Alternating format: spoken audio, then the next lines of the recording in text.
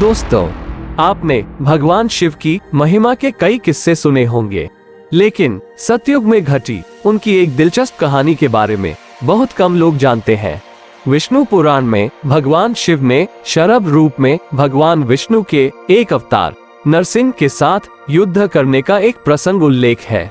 शिव पुराण का कहना है कि शरभ रूप धारण भगवान शिव नरसिंह को हराया।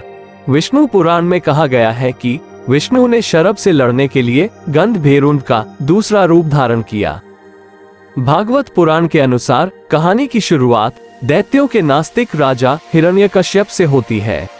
अतीत में हिरण्यकश्यप और उनके भाई हिरण्याक्ष विष्णु के वैकुंठ द्वारपालक जय और विजय थे, लेकिन ब्रह्मा के पुत्र 4 कुमारों के एक श्राप के कारण जय और विजय को सतयुग में हिरण्यकश्यप और हिरण्याक्ष के रूप में पृथ्वी पर जन्म लेना पड़ा। उनका जन्म ऋषि कश्यप और दिति दक्ष प्रजापति की पुत्री से हुआ था। एक युद्ध में हिरण्यकश्यप के छोटे भाई हिरण्याक्ष को भगवान विष्णु के वराह अवतार ने मार डाला था। इससे क्रोधित होकर हिरण्यकश्यप ने भगवान ब्रह्मा की तपस्या करके रहस्यमय शक्तियों को प्राप्त करके विष्णु को मारने का फैसला किया।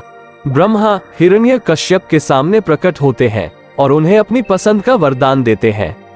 वरदान के अनुसार हिरण्यकश्यप को मनुष्य या जानवर द्वारा अंदर या बाहर, दिन हो या रात, पृथ्वी या सितारों पर एक हथियार के साथ या तो जीवित या निर्जीव से नहीं मारा जाना चाहिए। इस वरदान के कारण हिरण्यकश्यप इतना शक्तिशाली हो गया कि वो हिमालय को उनकी जड़ों तक हिलाने में सक्षम हो गया। स्कंद पुराण के अनुसार हिरण्यकश्यप 107.28 मिलियन वर्षों तक ब्रह्मांड का निर्दयी शासक था। उसने पूरे स्वर्ग और पृथ्वी पर देवताओं और ऋषियों को डराकर शासन किया। पूरे ब्रह्मांड में इंद्र, देवताओं और ऋषियों ने हिरण्यकश्यप से भयभीत हो गए। हिरण्यकश्यप ने दावा किया कि वो स्वयं एकमात्र भगवान था और चाहता था कि ब्रह्मांड में हर कोई अकेले उसकी पूजा करे। वो उन लोगों को मारता चला गया जिन्होंने उसे भगवान के रूप में सम्मानित करने से इनकार कर दिया था। उनके कई विरोधियों में उनका पुत्र प्रहलाद था, जो अपनी मां कायाधु के गर्भ में रहते हुए विष्णु का भक्त बन गया था। जब हिरण्यकश्यप को अपने पुत्र की विष्णु के प्रति भक्ति के बारे में पता चला तो उसने उसे मारने के कई बार प्रयास की थी, लेकिन प्रहलाद को उसके पिता द्वारा मारने का हर प्रयास व्यर्थ था, क्योंकि उसकी रक्षा स्वयं भगवान विष्णु ने कर रहा था। एक बार हिरण्यकश्यप ने अपने पुत्र से ये साबित करने के लिए कहा कि विष्णु सर्वव्यापी है। प्रहलाद ने अपने पिता को समझाने का प्रयास किया, लेकिन हिरण्यकश्यप ने मना कर दिया। क्रोधित होकर हिरण्यकश्यप ने प्रहलाद को राजभवन में एक खंभे से बांध दिया और मदद के लिए विष्णु को बुलाने को कहा। जैसे ही उन्होंने प्रहलाद को मारने के लिए अपनी तलवार उठाई, विष्णु तुरंत नरसिंह के रूप में स्तंभ से प्रकट हुए। हिरण्यकश्यप को अनगिनत पापों के लिए दंडित करने के लिए नरसिंह ने उग्र रूप से उन पर आक्रमण किया। ब्रह्मा के वरदान के कारण हिरण्यकश्यप को मारने के लिए भगवान नरसिंह ने आधे शेर और आधे आदमी का रूप धारण किया। चूंकि हिरण्यकश्यप के पैर जमीन को छूने से कभी नष्ट नहीं हो सकते थे, भगवान नरसिंह ने उसे शाम के समय अपने महल की दहलीज पर अपनी गोद में बिठा लिया।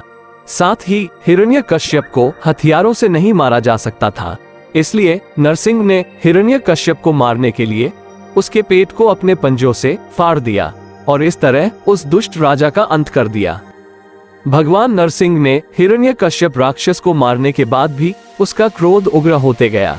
सारा स्वर्ग और पृथ्वी भय से कांपने लगे और अन्य सभी देवता भी चिंतित हो गए। भगवान ब्रह्मा ने प्रहलाद को नरसिंह को प्रसन्न करने के लिए भगवान विष्णु से प्रार्थना करने का आदेश दिया। प्रहलाद ने भक्ति से विष्णु का प्रार्थना करके भगवान नरसिंह का आशीर्वाद मांगा, लेकिन फिर भी भगवान नरसिंह अत्यंत क्रोधित रहे और उनका क्रोध पूरे ब्रह्मांड को नष्ट करने के लिए काफी मजबूत था। इस समस्या का समाधान खोजने की आशा में देवताओं ने भगवान शिव के पास पहुँचे। भगवान शिव ने अन्य देवताओं को आश्वासन दिया कि वो जल्द ही भगवान नरसिंह के बेकाबू क्रोध को समाप्त करने का एक प्रबंध करेंगे। सबसे पहले भगवान शिव ने नरसिंह को शांत करने की कोशिश में अपने 2 रूपों वीरभद्र और भैरव को भेजा, लेकिन वे बुरी तरह विफल रहे।